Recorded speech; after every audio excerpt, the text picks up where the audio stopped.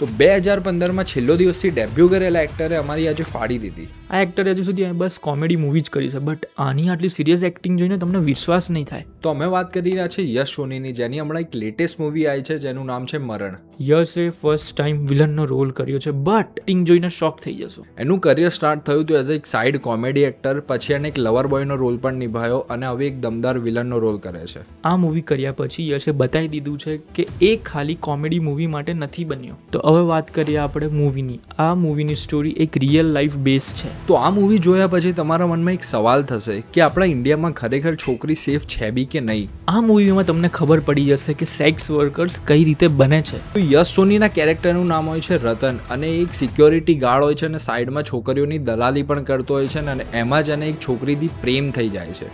આમાં ફિમેલ લીડમાં છે દીક્ષા જોશી, જે બહુ બધી પિક્ચરોમાં તમે એમને જોઈ હશે. તો આ મૂવી સ્ટાર્ટિંગમાં અલગ અલગ એંગલથી ચાલશે. સ્ટાર્ટિંગમાં તમને કંઈ જ ખબર નહીં પડે, બટ ધીરે ધીરે તમને ડોટ્સ કનેક્ટ થશે આ મૂવીના. અને આ મૂવી તમને સહેજ બી બોર્ડ નહીં થવા દે અને આખી મૂવી તમને હૂક રાખશે. અને આ મૂવી ખાસ કરીને ફિમેલ્સને તો જોવી જ જોઈએ, કેમ કે એમને ખબર પડે કે બહારની દુનિયા કેટલી છે.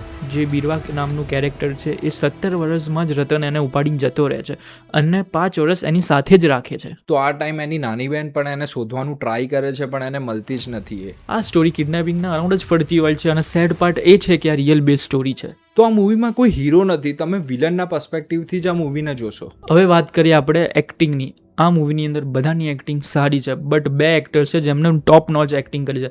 એકનું નામ છે યશ અને એકનું નામ છે દીક્ષા. તો આ આમના કરિયરની બેસ્ટ પરફોર્મન્સ કહી શકાય અને આમાં તર્જનીએ પણ બહુ જ સારી એક્ટિંગ કરી છે. આ મૂવી જોયા પછી તમને ખબર પડી જશે કે ગુજરાતી મૂવી ઇન્ડસ્ટ્રી બસ કોમેડી મૂવી નહીં બનાવતું, આવા સિરિયસ ટોપિક ઉપર બી બનાવી શકે છે.